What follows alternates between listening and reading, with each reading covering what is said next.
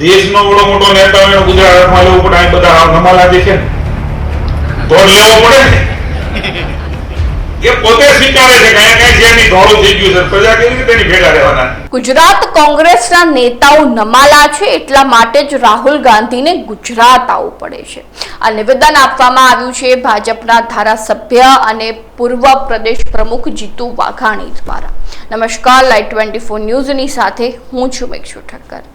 ભાજપના નેતા જીતુ વાઘાણી જેમણે એક જાહેર કાર્યક્રમ દરમિયાન મોટું નિવેદન આપ્યું છે, કોંગ્રેસ ઉપર આકરા પ્રહારો કર્યા છે, જેમાં તેમણે જણાવ્યું હતું કે ગુજરાત કોંગ્રેસના નેતાઓમાં દમ નથી, તેઓ નમાલા છે એટલા માટે જ રાહુલ ગાંધીને છેક દિલ્હીથી ગુજરાત લાંબુ થવું પડે છે. તે રીતની વાત જીતુ વાઘાણી દ્વારા કરવામાં આવી છે. તેમણે વધુમાં કોંગ્રેસ ઉપર પ્રહાર પણ કર્યા હતા. તો પહેલા તેમને સાંભળી લઈએ કે તેમણે વધુમાં શું કહ્યું. આ પાર્ટી સિવાય ક્યારે આવી આંતરિક લોકશાહીમાં પ્રમુખોની વરણી એ બીજી પાર્ટીમાં થયેલું હોય તો યાદ હોય તો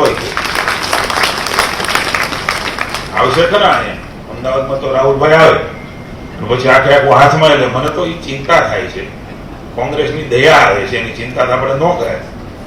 આખે આખું દેશનો બડો મોટો નેતા હોય ગુજરાતમાં લેવું પડે, આ બધા નમાલા જે છે ને તો લેવો પડે ને, એ પોતે સ્વીકારે છે કે કઈ છે નહીં, ધોળું થઈ ગયું છે, પ્રજા કેવી રીતે એની ભેગા રહેવાના? જે રીતે વાત કરવામાં આવે તો ભાજપના દિગ્ગજ નેતા જીતુ વાઘાણી દ્વારા જણાવવામાં આવ્યું છે કે જે રીતે ગુજરાત કોંગ્રેસના નેતાઓની વાત કરવામાં આવે તો તેમનામાં દમ નથી, તેમનામાં કાર્ય ક્ષમતા નથી, એટલા માટે જ કોંગ્રેસ હાઈકમાન્ડને સતત ગુજરાતની મુલાકાત લેવી પડે છે, રાહુલ ગાંધીને ગુજરાત આવવું પડે છે. એટલે કે ક્યાંક ને ક્યાંક આડકતરી રીતે તેઓ કહી રહ્યા છે કે ગુજરાતના કોંગ્રેસના નેતાઓ જે છે તેમને ખરેખર જે કામ કરવું જોઈએ તેઓ નથી કરી રહ્યા, અને રાહુલ ગાંધી જે નવી રણનીતિઓ લઈને આવી રહ્યા છે, વર્ષ 2027ની વિધાનસભાની ચૂંટણીમાં જે લડી લેવાના મૂડમાં દેખાઈ રહ્યા છે, પરંતુ તેમના જ ગુજરાતના કોંગ્રેસના નેતાઓમાં લડવા માટેનો દમ નથી. એટલે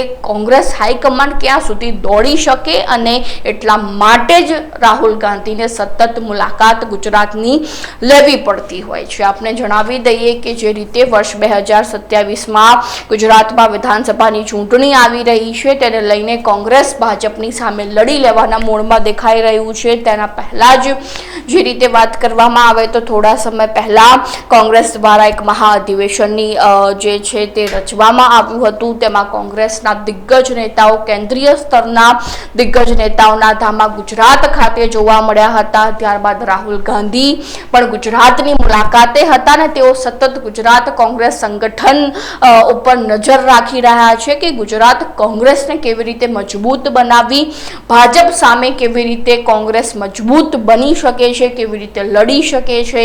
તેમજ સૌથી મોટી મહત્વની વાત તો એ છે કે કોંગ્રેસમાંથી કયા રેસના ઘોડાને અલગ કરવા, કયા લગ્નના ઘોડાને અલગ કરવા, તેની કવાયત પણ શરૂ કરી દેવામાં આવી છે. સતત લિસ્ટ પણ બની રહ્યા છે.